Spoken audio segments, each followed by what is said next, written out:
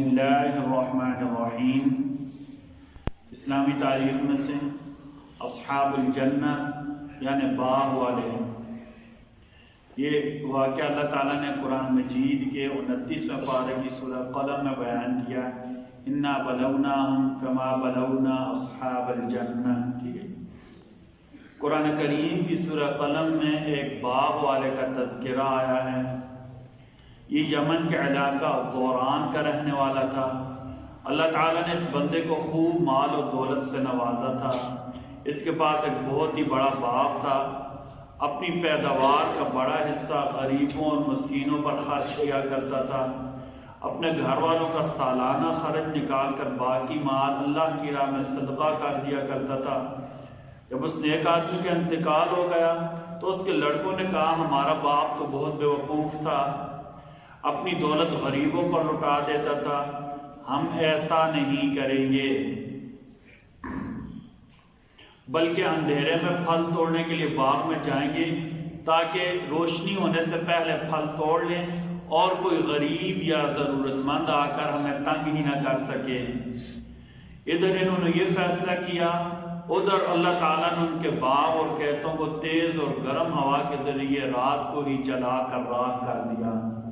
جب یہ لوگ مقررہ جگہ پر پہنچے، باغ اور کھیتی کی حالت دیکھی تو افسوس کرتے رہ گئے۔ پہلے ایک نے کہا شاید ہم غلط جگہ آ گئے ہیں، پھر انہیں اپنے کیے پر بڑا افسوس ہوا، بہت شرمندہ ہوئے۔ بلا شبہ غریبوں اور مسکینوں کا حق نہ دینے والوں اور اللہ کی راہ میں خرچ نہ کرنے والوں کے ساتھ ایسا ہی معاملہ ہوتا ہے۔ یہ اصل میں اللہ تعالیٰ ہمیں یہ بتانا چاہتے ہیں کہ جو مال و دولت ہے اس وقت تک تمہیں فائدہ دے گا جب تک اس میں سے اللہ کا حق نکالتے رہو گے۔ اللہ کا حق نکالو گے، اللہ تمہارا رزق بڑھائیں گے، اللہ تمہارا مال بڑھائیں گے۔ جس دن ہم نے یہ سوچنا شروع کر دیا کہ مال و دولت ہمارا ہے، اس جمیل بچے کو روک، اس کو بھی چھٹی نہیں۔ جس دن ہمارے دل میں یہ بات آ گئی کہ مال و دولت ہمارا ہے، ہم اپنی طاقت اور قوت سے اس کو کما رہے ہیں، اس دن سے ہمارا زوال شروع ہو جائے گا۔ ایک فرض کے بارے میں، پردہ کرنا فرض ہے۔ سورہ احزاب آیت نمبر 33 اللہ تعالیٰ فرما رہے ہیں کہ عورتوں تم اپنے گھروں میں ٹھہری رہا کرو اور جاہلیت کی طرح بے پردہ مت پھرو۔ تمام مسلمان عورتوں کے لیے فرض ہے کہ جب کسی ضرورت کے تحت گھر سے نکلے تو اچھی طرح بدن اور چہرے کو ڈھانپ کر پردے کا خیال رکھتے ہوئے باہر جائیں، کیونکہ پردہ کرنا ساری عورتوں پر فرض ہے۔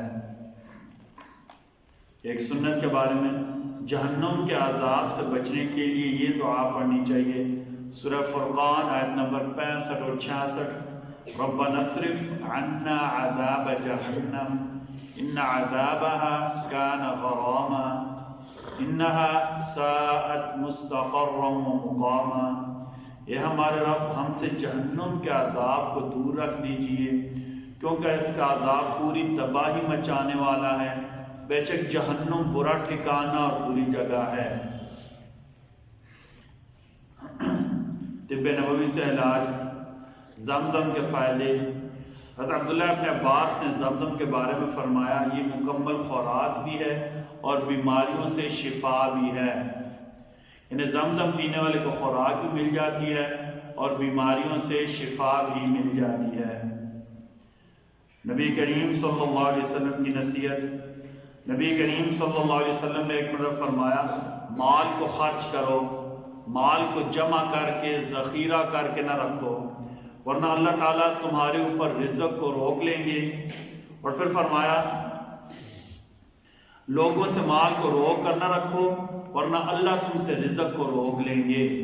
یعنی جو اللہ کی راہ میں خرچ نہیں کرتا اس کا رزق روک لیا جاتا ہے۔ اللہ تعالیٰ ہم سب کو کہنے سننے سے زیادہ عمل کی توفیق عطا فرمائے۔ بسم اللہ الرحمن الرحیم، بسم اللہ والصلاة والسلام علی رسول اللہ، بسم اللہ وعلی ملت رسول اللہ۔ ربنا تقبل منا انك انت السميع العليم وتب علينا انك انت التواب الرحيم برحمتك يا ارحم